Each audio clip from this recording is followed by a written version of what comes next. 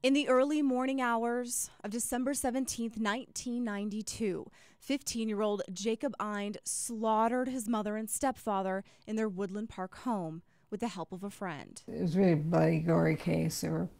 My whole courtroom smelled like blood for weeks afterwards.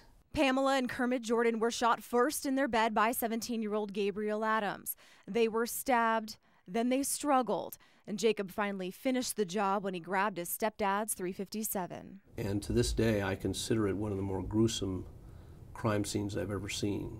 Colorado Attorney General John Suthers was the district attorney when the murder happened, and as DA, it was his decision to try the two teens as adults. Given the facts of that case, the notion of sending Jacob Eind and Gabriel Adams to juvenile court and having them get a juvenile sentence where they'd be out in a couple years just was not a viable option to me.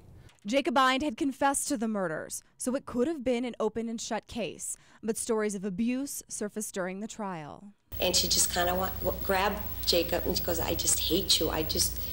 She goes, I wish you had never been born." Judge Jane Looney presided over the case. The way he'd been treated by his parents, which doesn't justify killing him, but it was just awful. And I was appalled by. I contacted Jacob behind bars here at the Colorado State Penitentiary in Canyon City. He was unable to talk to us, but he did send me a letter.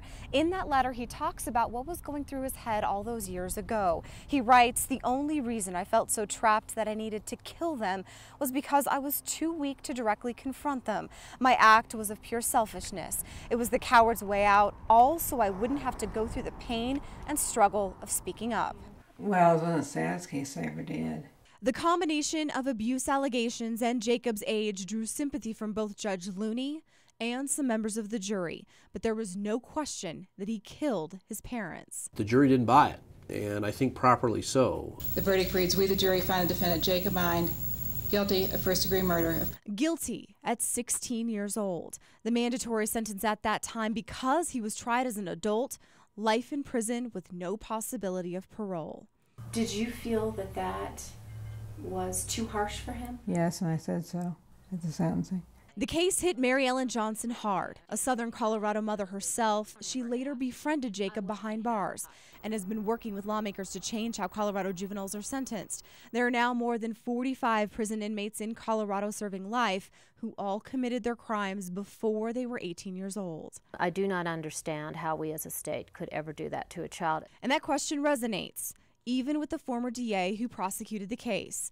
What do you do with kids who kill?